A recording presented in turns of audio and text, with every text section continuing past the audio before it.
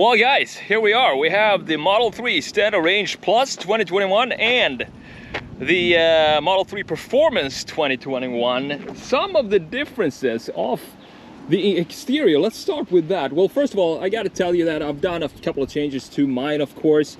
I've made these black, as you can see. I need to do that, redo it, because it's a little chip right there, which is super annoying. I've also changed the wheels to T Sportlines, tinted the windows, as I said before, and also added this spoiler in the rear, and of course made this black as well. Yes, I'm going to make this black too, because as you know, I don't like chrome and I'm just being lazy, but I'm gonna dip that as well. I think those are all the exterior changes to the car. So as you can see, we don't have any badge here at all, any sort, nothing that says that this is a Standard Range Plus, except for the fact that it doesn't say anything, and that's pretty much it. Now if we look at the Model 3 Performance here, what you can see is that it says, first of all, dual motor right there, as you can see, very beautiful. But the way to tell that this is a Performance, which I think you know already how to do it, is this little red pinstripe that goes right in the underline of the dual motor. If that's red, that means that you have a Performance. And here also we have a proper carbon fiber lip or spoiler, which is almost exactly like mine. Now the problem with these spoilers here, even from factory, is that they can't seem to really press it down all the way. I don't know if you can see this, but this is how all Model 3s come like. And this is one of these quality issues that I think Tesla can improve upon. Now I had to double check my wing when I got back home to see if this has the same fitment, but I think that this aftermarket spoiler actually fits better than the stock carbon fiber from Tesla. Pretty interesting. And you also see this gap here is pretty large.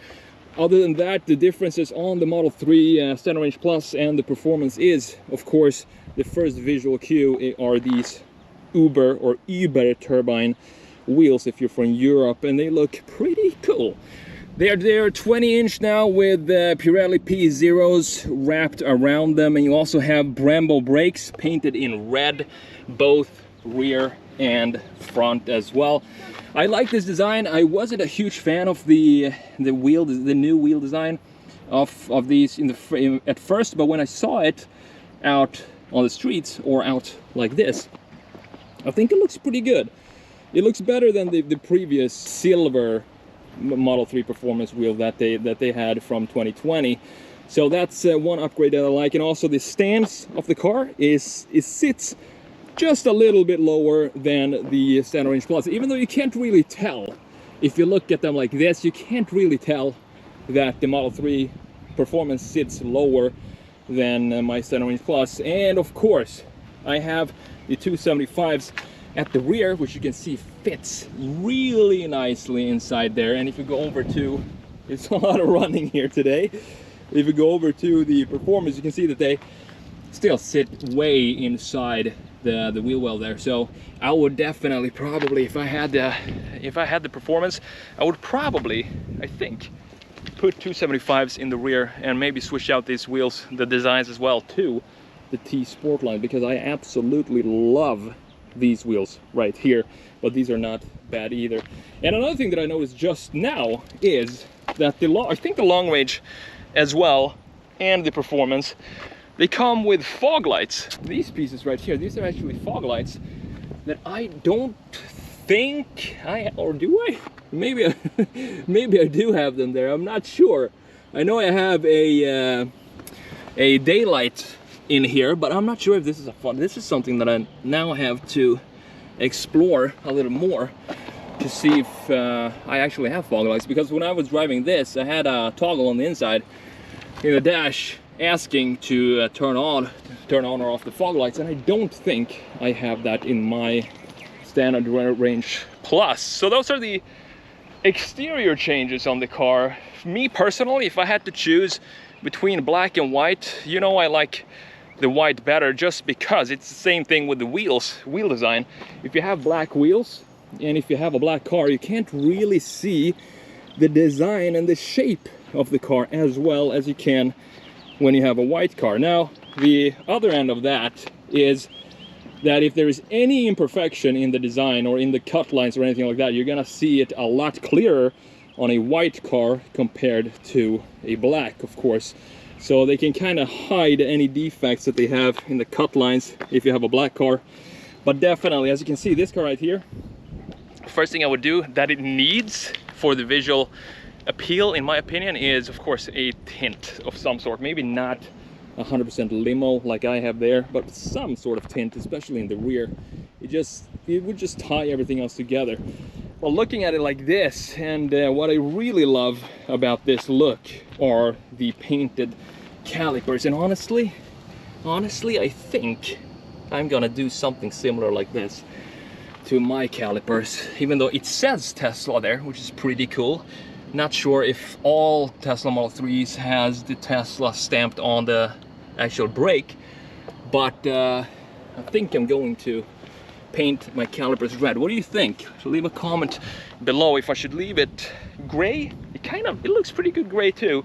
Melts in with the overall design, but red would just make it, you know, two little small, one red dot there and one red dot over there would just make it pop a little bit more, if that makes sense. All right, now let's jump inside and let's see if we have any news on the inside. And of course, let's turn on the AC because it's incredibly hot.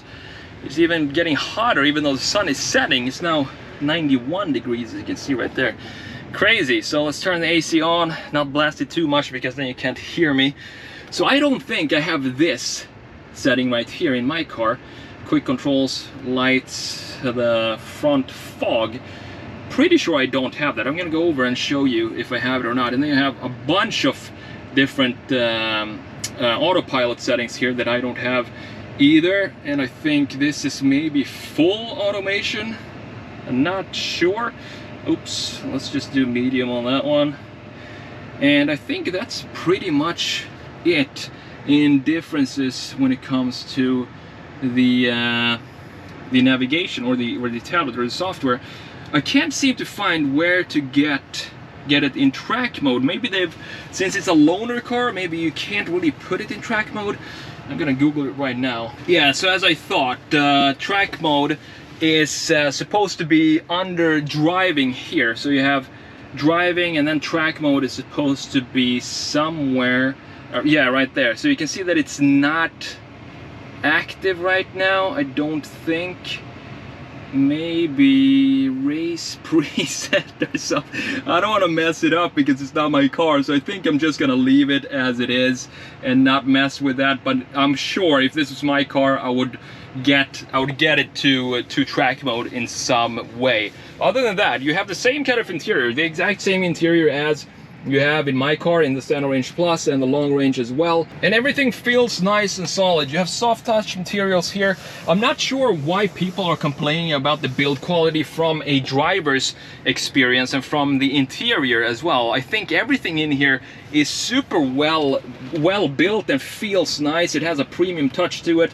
You have some felt here for your wireless charging on your phones, and also this navigation here feels good, although I prefer what I have, the mod that I have, which makes it matte. This is way too reflective now that I'm used to my screen in my car, and I'm going to show you that as well. I made a video on that, all my mods, if you want to go and check it out down below in the description. But other than that, premium feel in here, very simple design, as I'm sure everybody's used to by now. These are magnetic, which is new for 2021 as well, and this is new, this slider. We don't have this piano black, very sticky, fingerprinty design that we had before. And you have a lot of storage here, just like I showed you when I took delivery of my car as well. And looking at the pedals, we have the performance pedals here.